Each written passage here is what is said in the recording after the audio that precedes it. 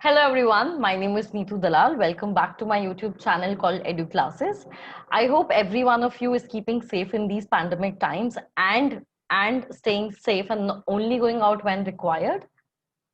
So moving on, today we are here with chapter 4 psychological disorders part 3 video. In the part 2 video, we've covered major psychological disorders up to your trauma and stressor related disorders. And we will be picking up from somatic symptoms and related disorders in this part. So let's get started. So the first topic is somatic symptom and related disorders. Now, these are conditions in which there are physical symptoms in the absence of a physical disease. So now these are disorders in which the person does feel as if, there are symptoms and the person is feeling like pain in their hands, legs, but in fact, there is no such disease. It's only the symptoms are there, but there is no physical disease which is attached to it, right?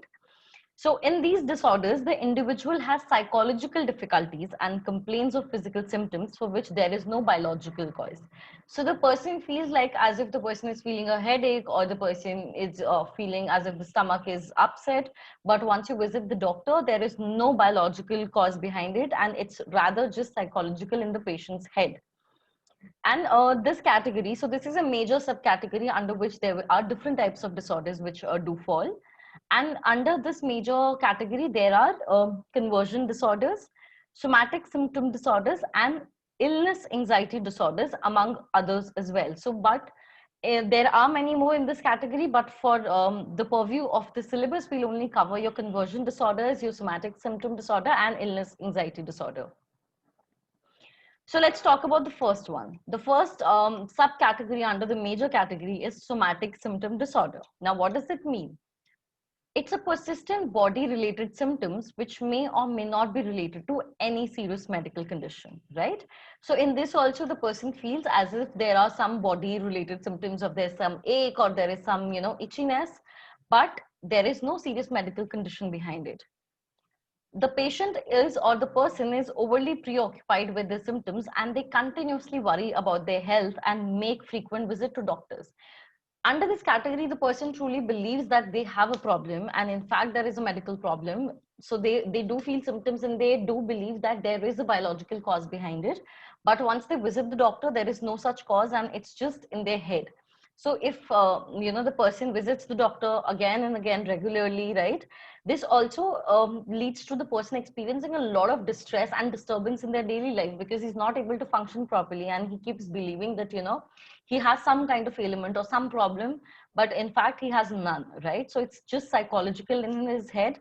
So if the person is going through such an experience, the person might fall under your somatic symptom disorder, right? Now the next one, next subcategory under the major category is your illness anxiety disorder.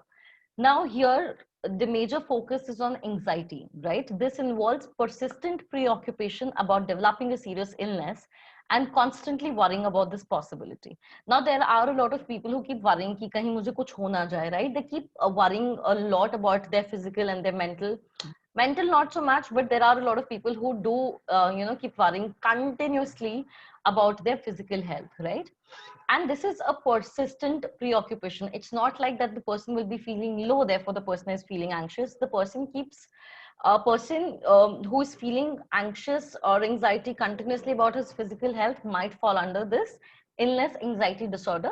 So basically this is a disorder in which the person is always anxious about that the person might not have any xyz illness, right? Now this is also accompanied by anxiety about one's health, of course, because the person keeps visiting the doctor because the person feels anxious. And now imagine if you are to worry, if you're somebody who just worries about your health all the time. It's natural to worry about your physical health once in a while, or when you're feeling low or you feel that your temperature is high or maybe you're feverish. But if you start to worry about your physical health all the time and you are anxious about it, and that is not that is hindering your day-to-day activities, then that falls under a disorder, right? Now individuals with illness anxiety disorder are overly concerned about undiagnosed disease. Negative diagnostic results do not respond to assurance by the doctors. In fact, अगर ऐसे लोग doctors के पास चले भी जाते हैं, so भी they feel that उनकी जो disease है वो catch नहीं हुई, right? and they feel कि उनका जो report का result है वो गलत आया है, and they worry continuously about this, and they अगर उन्हें doctor समझाए भी कि no you don't have a problem, then also they don't get reassured. Therefore this becomes a problem, and they keep thinking about this physical problem that they might have all the time. Therefore it is very alarming, and they also become very anxious once they hear about somebody else's ill health, or some other health related news. So they become, they're very irritable and very anxious. So such people will fall under your illness anxiety disorder. Now, so in general, both your somatic symptom disorder and illness anxiety disorder are concerned with medical conditions, right? जो हमने दोनों ही सब categories की बात की हैं, they are to do with what the person is feeling about medical illness. But the difference is that the difference depends on how the person is expressing the concern. In the case of somatic symptom disorder, this expression is in terms of physical complaints, while in case of illness anxiety disorder, as the name suggests, it is the anxiety which is the main concern. तो जो somatic symptom disorder है, उसमें जो आपकी complaint है, वो symptoms के form में दिखती है. The person keeps saying that नहीं मेरे हाथ में दर्द हो रहा है, it is paining, and XYZ. So the person will talk more about the symptoms. On the other hand, your illness anxiety disorder, the major focus is on the anxious part of it, or the anxiety of the disorder, and not the symptoms. So the person keeps staying anxious, and that is a more significant feature of your anxiety illness disorder, right? So I hope the difference is clear. The third subcategory under the main category is your conversion disorder. Now, the symptoms of conversion disorder are the reported loss of part or all of some basic body functions. This is a very, very, what do you say, very different kind of a disorder. Why? Because in this, what happens, a person who's suffering from this disorder starts to feel that they've lost a part of their body, right? Or some body function, or probably they'll feel they have their eyes and they're working, but they will probably start saying that I can't see anymore. And it's not that they can see, they believe that they can't see. There is no physical or biological problem behind it, but they start to believe that they can't. And it's not just to do with your sight, it could be related to any function of the body, right? Or they could feel that my left arm, I don't have a left arm anymore, and it might be there, you might be able to see it, but they will believe that they don't have a left arm anymore, right? So that's why this is not normal, and therefore this falls under your conversion disorder. It's a kind of a disorder.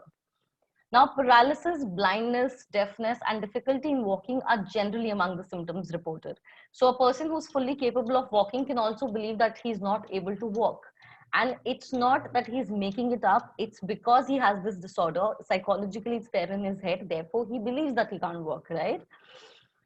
These symptoms often occur after a stressful experience and may be quite sudden. So when does this happen? When does conversion disorder happen? So this happens mostly after once you have had a very traumatic experience in your life. So then you can experience these symptoms, and this can be quite sudden. You might not, it's not like, the function of your hand will go slowly. No. You can just, the person who's suffering from conversion disorder can just start believing that he doesn't have an hat, right? Now, the next disorder under your syllabus is your dissociative disorder. And dissociation basically means that there is an ending, or there is a breakage in the connection, right? That's what the word dissociation means. Like association means there's a connection or there's a bond. In the same way, dissociation means that there is no longer the bond, or there's a breakage of the bond, right? So now, keeping the same meaning of the word, dissociation can be viewed as ending of the connections between ideas and emotions. So in dissociative disorder, we expect that the people who are suffering from this disorder will not have a connection between their ideas and their emotions. Dissociation involves feelings of unreality, depersonalization, and sometimes a loss of shift of identity. So people who are suffering from this disorder do not feel that they are currently present into their own reality. They feel as if, they are watching it from a third perspective, and they don't feel connected to themselves, right? It's kind of like somebody has taken you away from who you are, and you no longer feel attached to the identity or yourself, right? Now, sudden temporary altercations of consciousness that blot out painful experiences are a defining characteristic of dissociative disorders. यानी sudden what do you say, like sudden painful expression of emotions. These are some of the characteristics of dissociative disorders. Now, because dissociative disorder again is a major heading, so there are many more conditions which are included in the main subheading, in the main heading, and some of the subheadings are your dissociative amnesia, dissociative identity disorder, and depersonalization or derealization disorder. So now if you get a question on your dissociative disorder, आपको पहले dissociative disorder के बारे में थोड़े बताना है, and you have to talk about its characteristics, its features a bit, which will stay consistent in their subheadings, right? क्योंकि जो उसका फीचर है वो उसकी हर सब कैटेगरी में कंसिस्टेंट रहेगा, but once you talk about those features then you also have to go and enumerate and explain their further subheadings, right? So we'll have a look at the respective subheadings now. So the first one is dissociative amnesia. In this, the person is unable to recall important personal information often related to a stressful and traumatic report. The extent of forgetting is beyond normal. So now you must be wondering, most of the problems that arise, or most of the psychological problems that arise are revolving around a stressful or a painful or a very emotional moment, and these experiences do affect a person's psyche in a very very great way. Therefore most of the psychological disorders that we do read are to do in some way directly or indirectly with stress and your emotional experiences, right? So in dissociative amnesia, what happens is that when a person experiences something which is very painful, very traumatic, very stressful, the person completely forgets, or completely that memory completely gets erased off from the person's brain. So after post that traumatic experience, the person is not able to recall any important personal information, right? And the extent of forgetting is beyond normal. So it is not something that you might say, oh, it's normal, people forget this kind of information. No, there will be a significant loss of memory, and it is something which will be noticed, and it will be prominent. So it's not something which happens every other day or we forget as the time passes by. No, dissociative amnesia is very prominent and significant to people who it happens to, right? Now the next subcategory is your depersonalization or derealization disorder. You can use the term whichever you feel more comfortable with. It means the same, either depersonalization or derealization disorder. In this, the person experiences a change in the person's sense of reality and perception of self. So here, it's not like you're forgetting something, but you feel that you have suddenly become a different person, and you feel that there's a disconnect between your sense of self and who you are, right? So that is one reason why it is being called depersonalization. Personalization means something which is very personal to me. Depersonalization means walking away from something which feels like personal. So remember that in depersonalization disorder or derealization disorder, people experience that they've completely become a different person, or they don't feel connected to their inner self anymore. So they get very distant from their self identity, right? That's what depersonalization disorder is. The next subheading is your dissociative identity or your multiple personality disorder. Now this is one of the most commonly talked and most commonly depicted disorder in like movies or books, and there are in fact many movies which are based on this. In this, what happens is the person exhibits two or more separate and contrasting personalities. So in the last one, what was happening? You were getting away from your person or from your own personality. In this, what happens is the person develops two or more than two personalities, right? And this is generally associated with your history of abuse. And so why this happens probably is because you've had very traumatic, very stressful, very painful experiences in your childhood. And therefore, to cope up with whatever your experiences were, you have developed two or more than two personalities.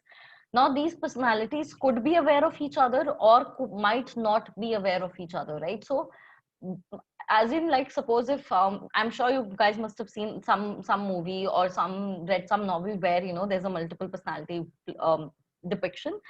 So what it happens is that one person will behave like for example, let's say person A, in some situations, and I will behave like a different person in given other situations. So these two people might or might not be familiar with each other, right? It could completely be that, you know, the person doesn't know, but most of the time it's a 50-50. The next major subcategory is your depressive disorder.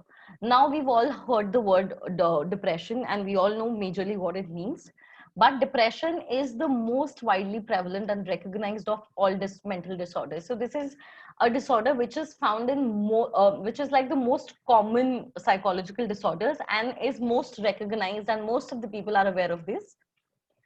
Depression covers a variety of negative moods and behavioral changes. Depression can refer to a symptom or a disorder. What they mean by this is that depression can refer to a symptom or a disorder. That being in a state of depression is also a symptom to some of the psychological disorders, but depression in itself is also a disorder. Now, one of the major types of depressive disorder is your major depressive disorder, and this is identified, or this is defined as a period of depressed mood and loss of interest or pleasure in most activities. So depression में basically major depressive disorder में क्या होता है, that you know you will always be in a constant state of sadness. You will, and there will be no reason behind that sadness. So it is okay to be sad in life when you have a reason for it, but if you don't have a reason for something and you're constantly sad every day, then there's a problem, right? And there will also be a loss of interest and pleasure in most of the activities that you used to enjoy. There will be a sense of hopelessness, and it is also combined by other symptoms, right? And which include changes in body weight, your constant sleep problems, tiredness, inability to think clearly, agitation. So these are some of the problems that are associated with depressive disorders, and suicide also is a very big factor in when it comes to depressive disorder. Other symptoms include excessive guilt and feeling of worthlessness. So somebody who's going through a phase of, or somebody who's experiencing depressive disorder, the person will feel excessive guilt of his own, for his own state, and the person will have extreme feelings of worthlessness. The case. And now, factors predisposing towards depression. So depression, as I was mentioning, is the most common disorder, but what are some of the reasons, or what could be some of the causes because of which, you know, depression could occur? So one of the most prominent is your genetic makeup or your heredity, and it places a very important risk factor. And if you have somebody in your family who has depression, then your chances of having depression are multifold in comparison to somebody who doesn't. So if depression runs into your family, then that could be one of the reasons why you get it, or why somebody else in your family gets it. So if it's already in the genes, then that could be one cause. Another is age. So if age is also a big risk factor, for instance, women are particularly at risk during young adulthood. So if you're a woman, you will be more at the risk of catching depression when you're currently like comparatively younger and you're in your young adulthood phase. Whereas for men, the risk is highest in their early middle age. So depending on whether you're male or female, there's a vulnerable age in which you can have depression, like more in comparison to the other ages. Now, another risk factor is gender. So gender also plays a great role in this differential risk addition. For example, women in comparison to men are more likely to report a depressive disorder, and it is found that depression is more prevalent in women in comparison to males. And the reasons quoted are like the physiology, the hormonal changes, as well as the kind of roles and responsibilities that women go through. But as a matter of fact, women are more predisposed to having depressive disorders in comparison to males. Some of the other risk factors are experiencing negative life events and lack of social support. So if you're somebody who's had too many negative life events and lack social support, then you will be more vulnerable or predisposed to having depression in comparison to somebody who's not had as many negative life events, or who has a good social support, right? So these are some of the factors which make you more vulnerable to having depression. Now, the next category is your bipolar and related disorders. So we are going through each disorder one by one, and you might get questions on any of them. So you have to go through all of them in great detail. Now, bipolar 1 disorder involves both mania and depression, which are alternatively present and sometimes interrupted by periods of normal mood. Now, firstly, we understand, so we are saying that in bipolar disorder, there's a combination of depression as well as mania. So, now what is mania? So, mania is a state where the person feels extremely energetic, extremely euphoric, and the person feels as if the person is on the top of this world, right? So somebody who has bipolar, so why the name bipolar? Because they've consider it like two poles of the same, of anything. So consider it like two poles. So if depression is one, then mania is the other pole, and the person keeps, alternating between these two poles. So at sometimes the person might be feeling very depressed, then maniac, then depressed, then maniac. So the person keeps shifting in these two poles, and these poles are completely opposite of each other. A mania is completely opposite of what depression looks like, and therefore the name of the disorder is called bipolar disorder, right? Manic episodes rarely appear by themselves. They usually alternate with depression. So there's no disorder in which the person will just be a maniac. No, it is basically somebody who's a maniac will also definitely have depression, and this disorder is known as bipolar. Some types of bipolar and related disorders include bipolar 1 disorder, bipolar 2 disorder, and cyclothymic disorder. Now the next one is your schizophrenia spectrum and other psychotic disorders, right? Now, I'm sure everybody must have heard the term schizophrenia. If you've not, then you will definitely get to know what schizophrenia is. Now, schizophrenia is the descriptive term for a group of psychotic disorders in which personal, social, and occupational functioning deteriorates as a result of disturbed thought processes, strange perception, unusual emotional state, and motor abnormalities. अब हम एक एक करके समझेंगे. We will try to break it down and understand. So basically, we are saying that schizophrenia is a common term for a lot of psychotic disorders, in which, in these kind of psychotic disorders, what happens is your personal, your social, and your professional life deteriorates, or like declines, or the quality of it, what do you say, the quality of your life reduces in terms of personal, social, and occupational functioning. Why? Because of the disturbed thought processes that you're having, and because of the perceptions, different emotional states, and your motor abnormalities. So because you are experiencing disturbed thoughts, and their strange perception, so whatever is going in your head, you're having disturbed thought processes, you're having strange perceptions, your emotional state is disturbed, you have different motor abnormalities.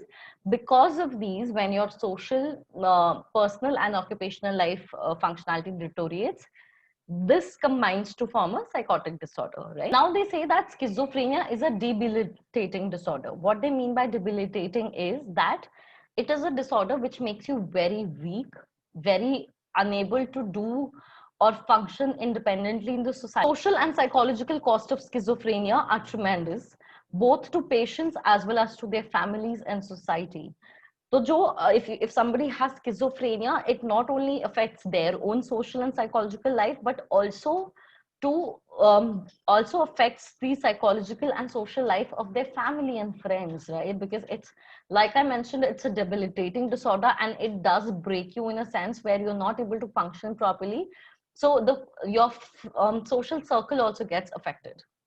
It is a disorder which actually like breaks you psychologically. So what are the symptoms of schizophrenia? Now we can club the symptoms of schizophrenia into three major categories, all right? One is your positive symptoms, negative symptoms, and your psychomotor symptoms. Also, at this point, I just want to mention that schizophrenia is a very major question in your papers, right? So do cover schizophrenia in great detail, and make sure that you know what schizophrenia means, what are its symptoms, and what are its subtypes, right? So make sure you go through it thoroughly. Right. So I was saying that symptoms of schizophrenia can be grouped into main three categories. One is your positive symptoms, negative symptoms, and your psychomotor symptoms. Now we will see what all these three categories are. First is your positive symptoms, right? Now in positive symptoms, and try and understand, like I'll go to the slide and try and understand, like positive symptoms means there's an addition of things, right? Consider positive as addition and negative as, subtraction. Like consider it like this. So in positive symptoms, there's access of thought, emotion, and behavior. So jitna thoughts you used to have, there will be some addition to those thoughts, addition to your emotion and your behavior. On the other hand, in negative symptoms, there will be deficit of thoughts. So whatever thoughts you used to have, it will be like there will be subtracted thoughts and subtracted emotion and behavior. And psychomotor symptoms, we'll look at what it is. Now we come to positive symptoms, and it says that positive symptoms are pathological excesses or bizarre additions to a person's behavior. Like I mentioned, there will be something in addition to what a normal behavior or emotion is, but these are pathological or bizarre, right? Delusions, disorganized thinking and speech, heightened perception and hallucinations, and inappropriate affect are the ones most often found in schizophrenia. So what will get added? What symptoms will get added? So all these symptoms will be the ones which should not be there but which are there, right? So that is positive symptoms. जो चीज नहीं होनी चाहिए थी पर वो आ गई है, which is and is present, therefore we are calling it positive. So some of the examples are your delusions, disorganized thinking and speech, heightened perception and hallucination, and inappropriate affect.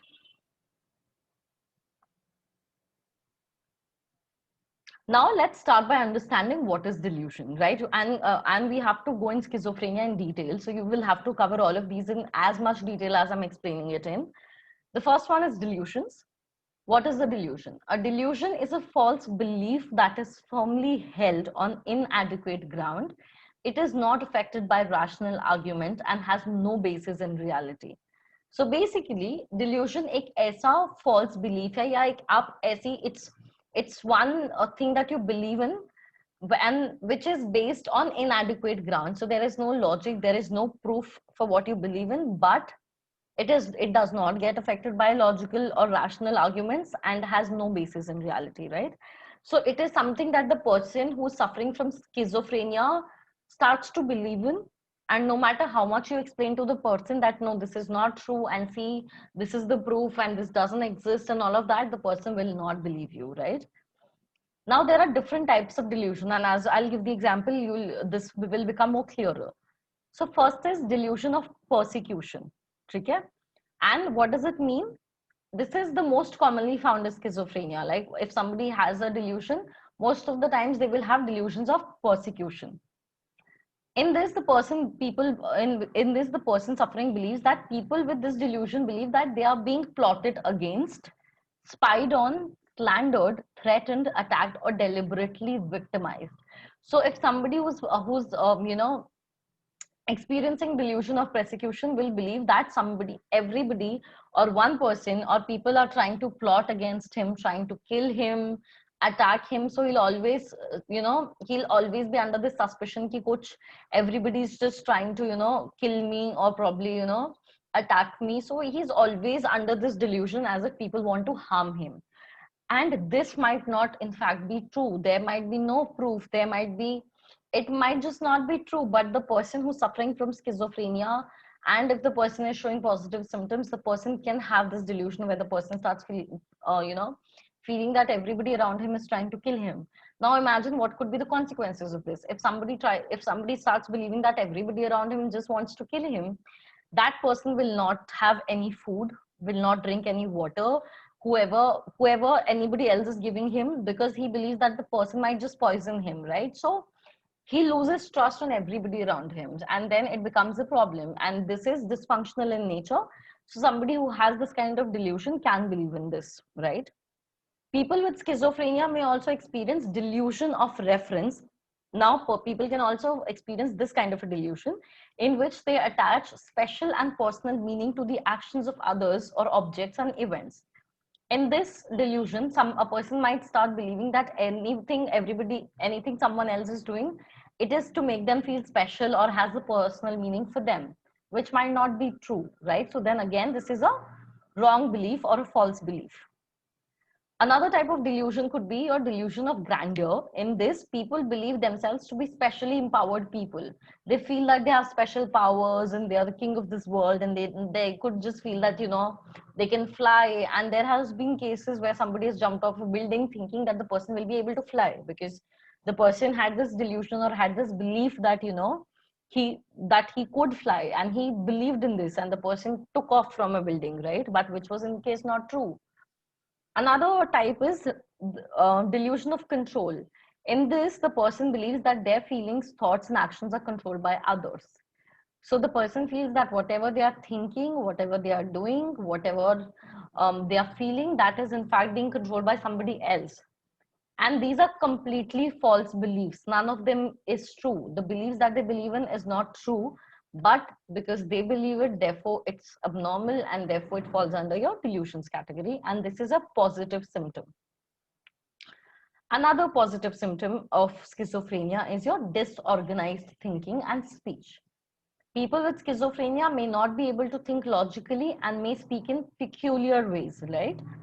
These include rapidly shifting from one topic to another so that the normal structure of thinking is muddled and becomes illogical, inventing new words or phrases, and persistent and inappropriate repetition of the same thought. So, and if somebody is experiencing this symptom, then the person will not be able to communicate what the person wants to, because the person is not thinking logically and is not able to speak properly.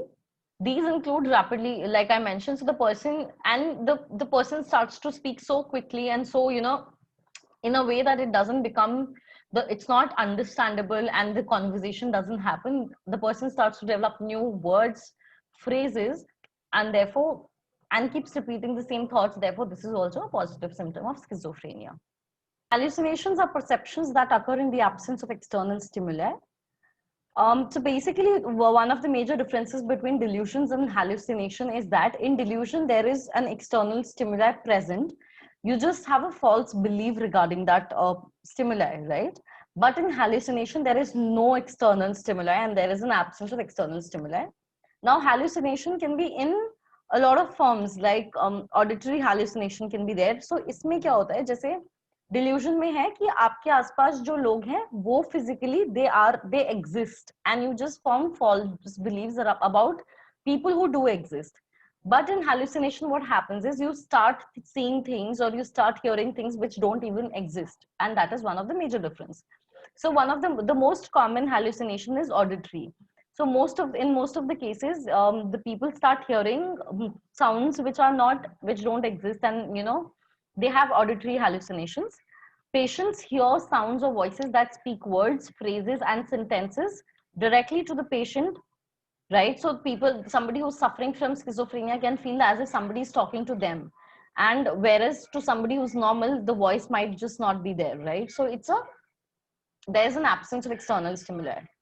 Hallucinations can also involve the other senses. So, although auditory hallucination is the most common one, but there could be visual hallucination, tactile hallucination. So, these also could be there. Another positive symptom is your inappropriate affect. People with schizophrenia also show inappropriate affect, that is, emotions that are unsuited to the situation. Yani, affect here means emotion, so inappropriate emotion. So people with schizophrenia can also show emotion or express emotions which are not right according to the situation the person is reacting in. So that also is a positive symptom. Now we come to negative symptoms of schizophrenia, right?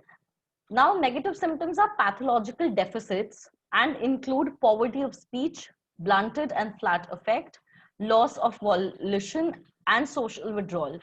In negative symptoms, something is missing which should have actually been there, right? So, therefore, what negative symptoms may, some of the examples are your lack of speech, flat affect, loss of volition, and social withdrawal.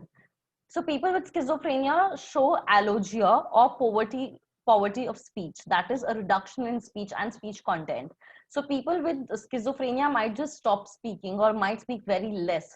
So this is a negative symptom. Why? Because it should have been there, but it is not there, right?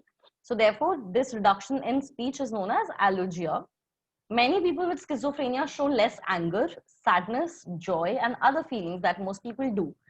Thus, this is known as blunted affect. Affect here in on occurrence means emotion, right? So people who are suffering with schizophrenia also tend to show less emotion. They will feel less anger, less sadness, less joy, and other feelings, right? And this phenomena is known as your blunted emotion or blunted affect. Some people suffering from schizophrenia show no emotion at all, and this is known as flat affect. It's like flat affect. There is no emotion. There is no graph of emotion. You don't feel happy. You don't feel sad at all. This is known as flat affect. Patients with schizophrenia experience avolition or apathy or an ability to start or complete a course of action. So they are not able to start or do any action, whether it is like picking up their glass of water or like, you know, going to the washroom. So they are not able to initiate, complete or continue any action, right? This is also a negative symptom. People with this disorder may withdraw socially and become totally focused on their own ideas and fantasies. People also tend to withdraw socially if they are experiencing negative symptoms, and this also is a characteristic of your schizophrenia. Now we come on to your third category of symptoms in schizophrenia, which is your psychomotor symptoms. In this, what happens is people with schizophrenia also show psychomotor symptoms.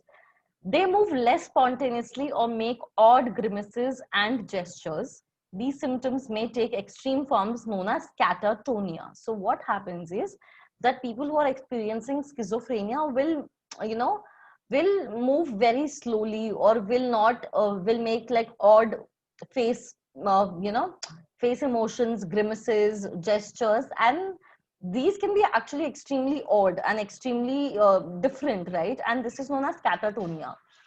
Now, there is also something known as catatonia stupor, in which the person can stay motionless and silent for long stretches of time. And this, in if the person is going through a catatonic stupor, the person can be like just in one position for like long number of hours. So it is something like, you know, how children used to play statue. So if a person who is going through this catatonic stupor, it will feel as if somebody has statued the person, and the person will just keep standing in one posture and will not move. It could vary from minutes to hours and could go up to like a good number of hours as well. Some show catatonic rigidity, that is maintaining a rigid upright posture for hours.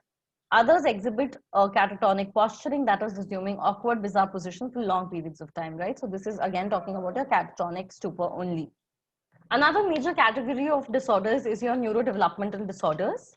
And these disorders manifest in the early stage of development. So these are some of the disorders which will happen once you're more like in your developmental stage, right? Usually the symptoms appear before the child enters school or during the early stage of schooling. So इस disorder के जो symptoms होते हैं वो mostly या तो तब आ जाएंगे या तब दिख जाएंगे when the child has not entered school, not entered the school yet, or in some of the early years of schooling, these symptoms of neurodevelopmental disorder will show. These disorders result in hampering personal, social, academic, and occupational functioning. ये जो disorders हैं, ये of course it's but natural that if you have some problem or some disorder, this will hamper your personal, social, academic, and occupational functioning as well. These get characterized as deficit or excess in a particular behavior or delays in achieving a particular age appropriate behavior. या तो इसमें क्या होता है, या तो there will be a deficit or excess in a particular behavior, या तो behavior बहुत कम होगा या बहुत ज्यादा होगा, या there will be a certain delay in achieving, एक हर age पे ना एक behavior set होता है that once a person reaches this stage or this age, this behavior is normal. So there might be a certain delay in achieving those age set goals in neurodevelopmental disorders. Some of the subtypes of neurodevelopmental disorders are your attention deficit hyperactivity disorder, which is commonly known as ADHD, autism spectrum disorder, intellectual disability, and specific learning disorders. So these are some of the disorders which fall under your neurodevelopmental disorders category. First one is attention deficit hyperactivity disorder. In ADHD, there are two main features. One is your inattention, your inability or your ability to not being able to concentrate. And the second is your hyperactivity or impulsivity. तो inattention में क्या होता है, you will find that people who are children specifically who are suffering from ADHD are not able to pay attention to anything, right? They find it very difficult to focus on one thing or the other, and they keep switching between one task to another, right? They have a very difficult time keeping their mind on one thing. So that is your inattention. Another feature is your hyperactivity, impulsivity. In this, what happens is that the child is so impulsive and is so hyperactive that the child is not able to sit, think, or act rationally, or with or doesn't take time. So they find it very difficult to wait for their turns. They have difficulty resisting immediate or temptation, or they just want whatever they want in the given moment because they are so hyperactive and they are so impulsive, right? And this can take many forms, right? You'll find that there's always a child in the class who keeps jumping from, in the class around here and there. So it might, and not all the children who do this are ADHD, but there might be a chance that if somebody is not able to focus at all and is very active in class, then the person might be suffering from ADHD. This disorder, the major problem is that the person is not able to interact socially and lacks communication skills. The person also has a certain set of patterns for behavior, interests, and activities, which is dysfunctional. Children with autism spectrum disorder have marked difficulties in social interaction and communication across different contexts. A restricted range of interest and strong desire for routine, like I mentioned, कि उनको communication में बहुत problem होती है. They have very restricted range of interest. उनके बहुत कम interest होते हैं, and there are very few things that they find interesting. And also they have a strong need for routine, so they like their day to go in a certain routine. Also 70% of children जिनको autism spectrum disorder होता है उनको learning intellectual disability भी होती है, so they also have intellectual disability along with your autism spectrum disorder in 70% of the children. They are unable to initiate social behavior and seem unresponsive to other people's feelings. So one of the major characteristics of autism spectrum disorder is also that the children who are suffering from this disorder does not display any response to others' emotions, other feelings, what the other person is saying. And therefore, they are not able to form a connection, or they are not able to share experiences or emotions with others, right? Now, they also might have serious problems in communication and usage of language. And due to the nature of these difficulties in terms of verbal and non-verbal communication, individuals with autism spectrum disorder tend to experience difficulties in starting, maintaining, and even understanding relationships. So it is so severe that they are not able to start, maintain, or understand relationships at all. So another neurodevelopmental disorder is your intellectual disability, and this refers to below average intellectual functioning. So somebody who has an IQ of 70 or lesser than 70 will fall under this category. And this person has below intellectual functioning, so the person is not able to think very rationally, and there is also an impairment in adaptive behavior. So the person doesn't know when to behave, how to behave, and what kind of a behavior is appropriate in a given situation, right? And all these problems will be manifested before the child turns 18 years old. So this will fall under your intellectual disability. Now there is something known as specific learning disorder, which is also a part of your neurodevelopmental disorders. In this, the individual experiences difficulty in perceiving or processing information efficiently and accurately. So when we say specific learning disorder, this means that there is a learning problem, but it is only restricted to some specific areas, right? So they can get manifested, or this can show up in your early school years, and the individual can have problems in their basic skills of reading, writing, or doing mathematics. The affected child could also perform below his age, what is expected out of him to perform in the given age. So the person can perform below, like what is expected out of him. But if given a chance, and if given in extra inputs and efforts, the child can come up to the same level of how others are performing, right? So that's specific learning disorder. Now the next category of disorder is your disruptive impulse control and conduct disorders. The disorders include under this category are your oppositional defiant disorder, conduct disorder, and others. So these are the two disorders we'll be considering under these category. So first is your oppositional defiant disorder, also shortly known as ODD. Children with ODD display age inappropriate amounts of stubbornness, are irritable, defiant, disobedient, and behave in a hostile manner. So somebody, a child who is, who is very stubborn and who doesn't listen to what elders are saying, or who's always irritated and feels that, is very disobedient and doesn't listen to, what the parents want him to do and behaves in a very aggressive manner, that person might be having your oppositional defiant disorder, right? Individuals with ODD do not see themselves as angry, oppositional, or defiant, and often justify their behavior as reaction to circumstances or demands. So this often happens that somebody who's filled with anger, or who's behaving in a certain way, never sees that they are behaving in that way. They always try to justify it, giving, this was just my reaction, or the situation was such, or I didn't do it, the person started this and all. Therefore, the symptoms of the disorder become entangled with the problematic interaction with others.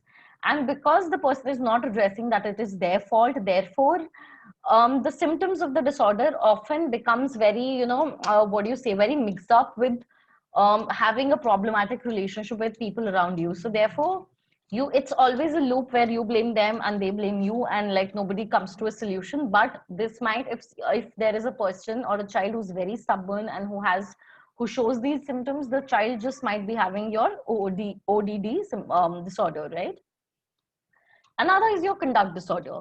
The term conduct disorder and antisocial behavior refer to age inappropriate actions and attitudes that violate family expectations, societal norms, and the personal or property rights to others. So basically, this just means that anybody who's not behaving in a manner in which the society or the parents or in which they are expected to behave, and it's not conducting themselves in the manner they are supposed to conduct themselves at a given age, they will tend to fall under your conduct disorders.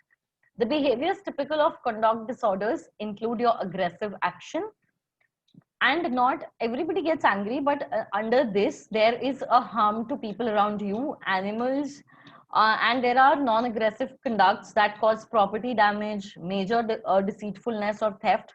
So basically, like children who are not, like how we say in India that कि बच्चा हाथ से बाहर चला गया, that kind of a person will fall under conduct disorder. Somebody who's into stealing, or somebody who's not listening to their parents at all and is causing damage to people around them, animals around them, and property around them. So somebody of that sort will fall under your conduct disorder.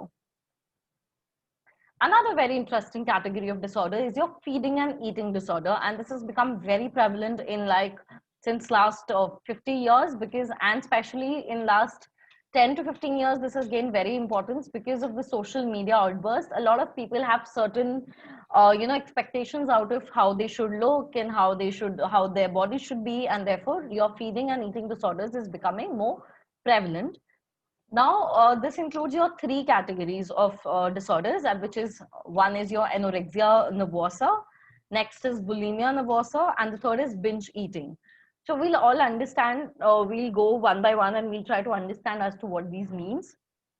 So the first is anorexia nervosa. In this, the person who's suffering from this disorder has a distorted body image that leads him or her to see themselves as overweight, right?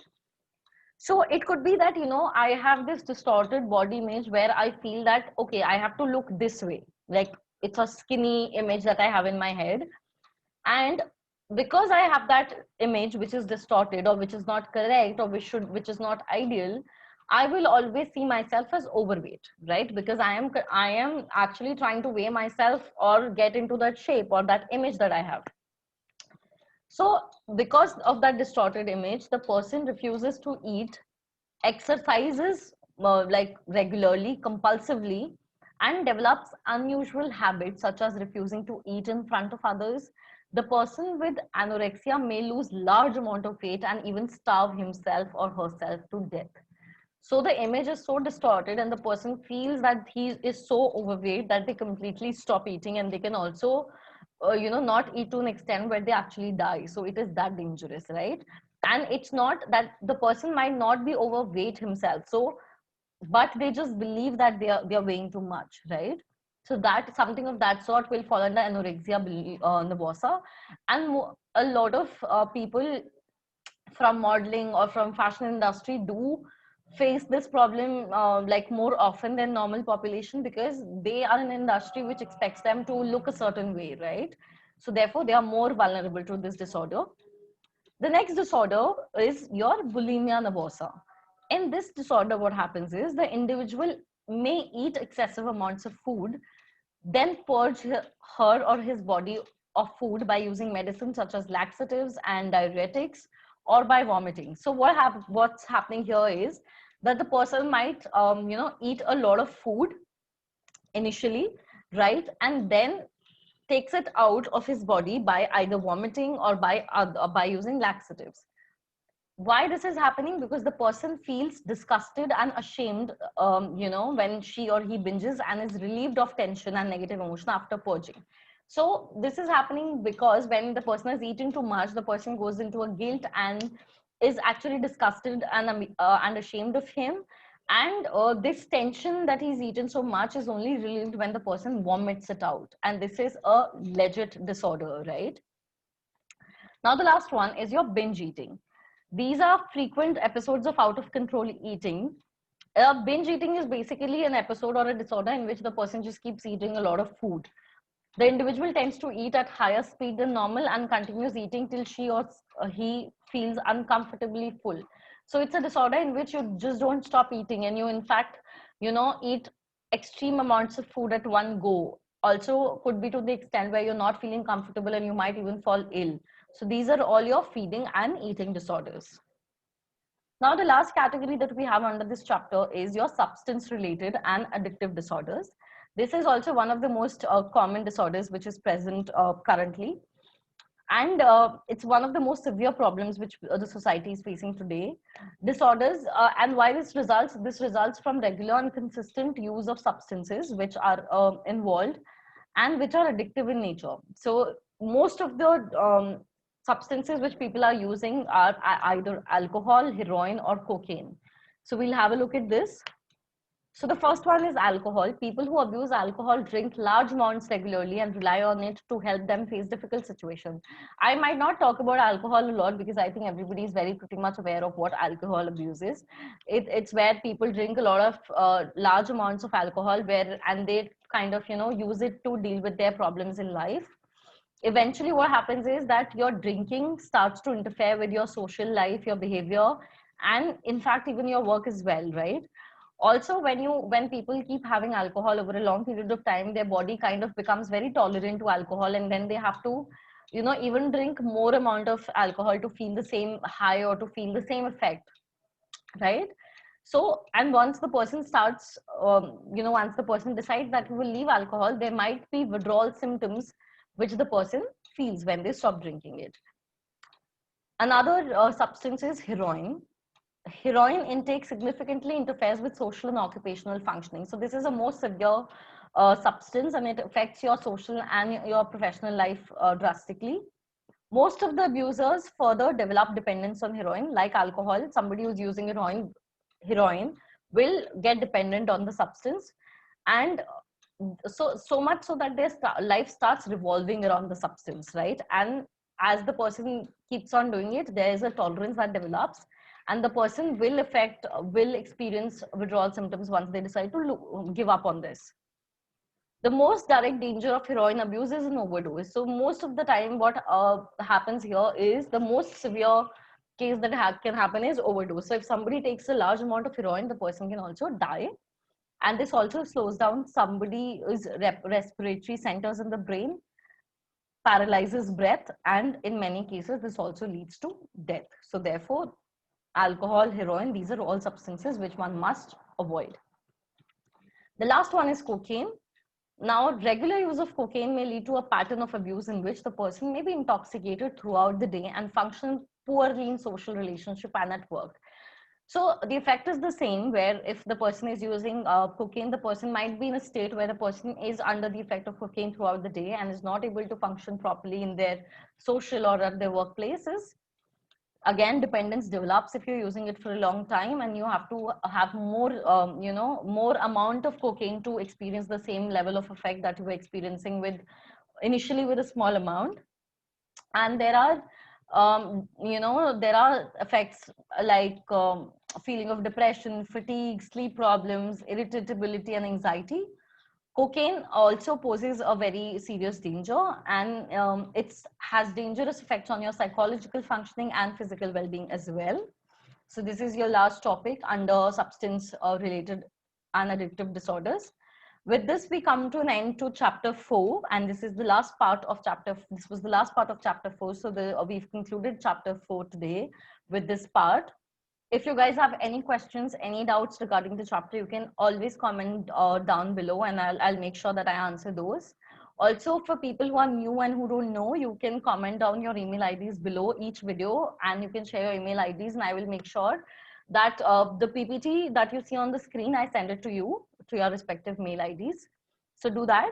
Also, if you guys feel that you have to put across a feedback, you have to pass a compliment, you want me to you want to tell me something, do not feel shy. Make sure you comment it down. I love reading your comments, and so many lovely students reach out to me seeking help, and I love helping them. So thank you for those who have that kind of faith and trust in me and they reach out to me. Thank you so much. I will be seeing you guys very quickly. The next video that will go up will be your giveaway part 2. That is your book series giveaway episode 2. So that's going live after this video. But I will see you guys soon with upcoming videos, and we will cover chapter 5 next. So stay tuned for that. Thank you so much. I will see you again. Bye.